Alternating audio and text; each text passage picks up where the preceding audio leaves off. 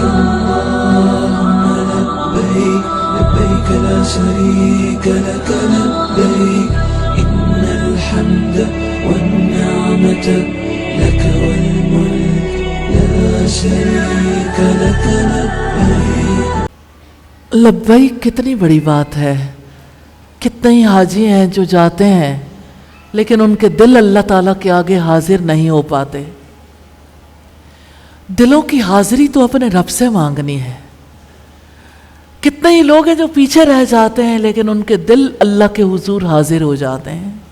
میں اللہ تعالیٰ سے دعا کرتی ہوں یا اللہ ہمیں فزیکلی بھی حاضری نصیب فرما دے اور ہمارے دلوں کو اپنے آگے ہمیشہ حاضر رہنے کی توفیق عطا فرما دے. آپ لبیک دوبارہ پڑھیے.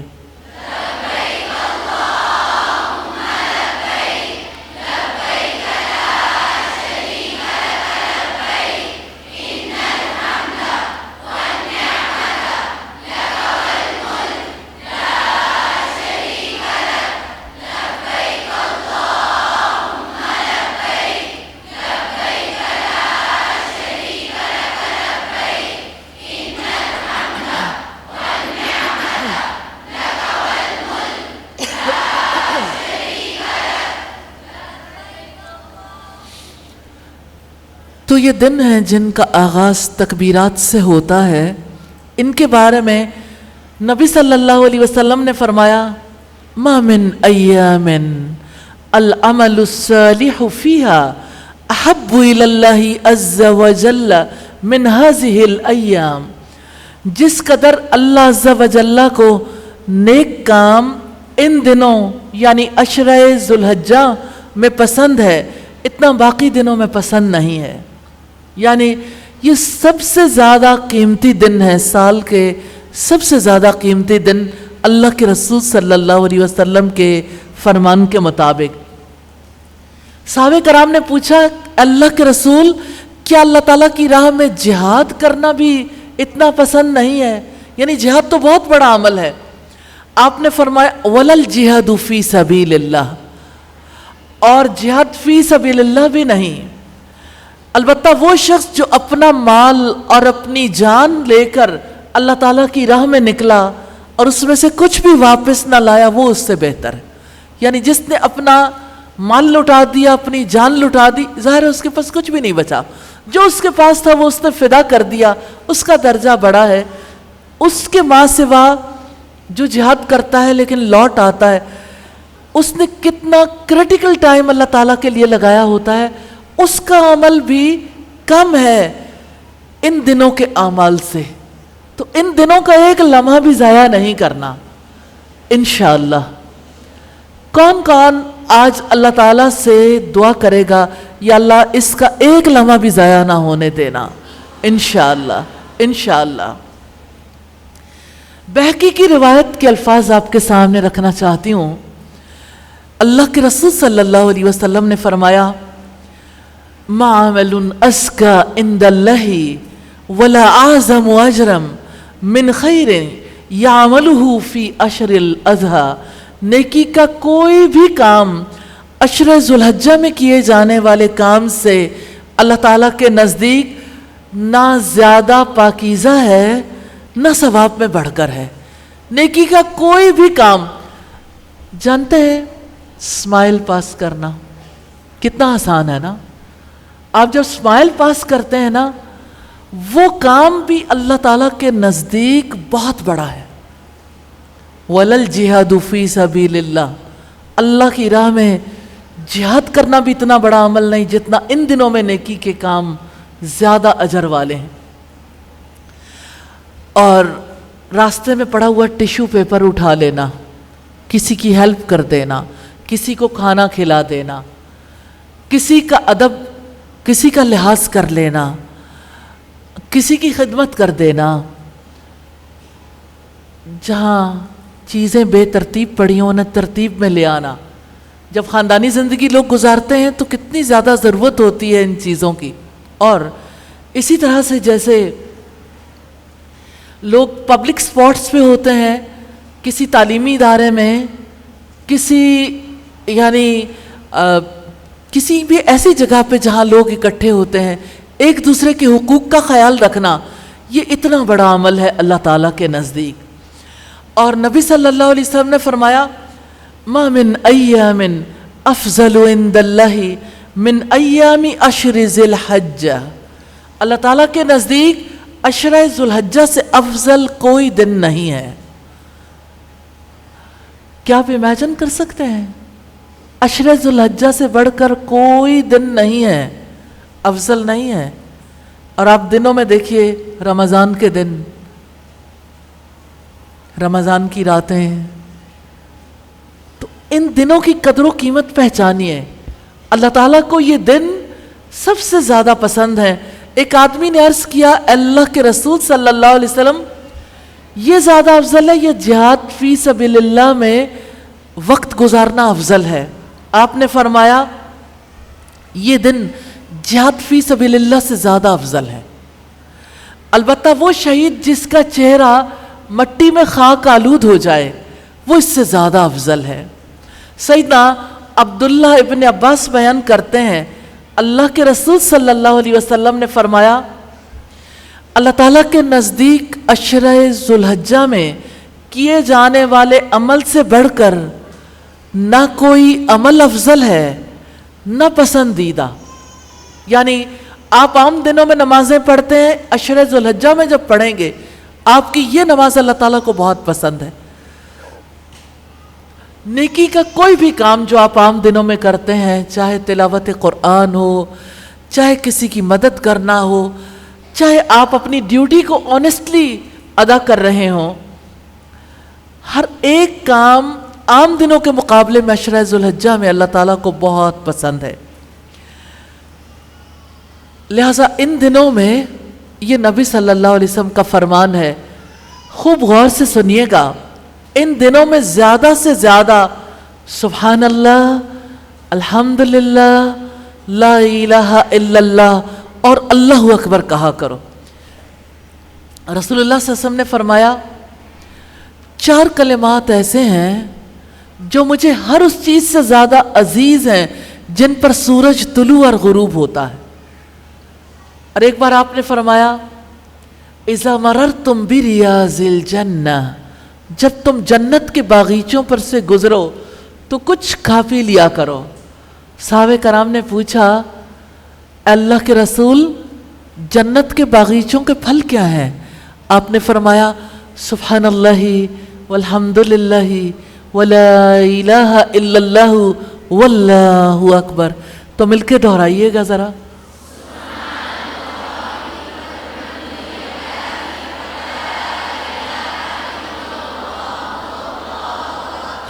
سبحان اللہ والحمد للہ ولا الہ الا اللہ واللہ اکبر۔ سبحان اللہ والحمد للہ ولا الہ الا اللہ واللہ اکبر۔ اب ایک مرتبہ آپ اکٹھے کہہ لیجئے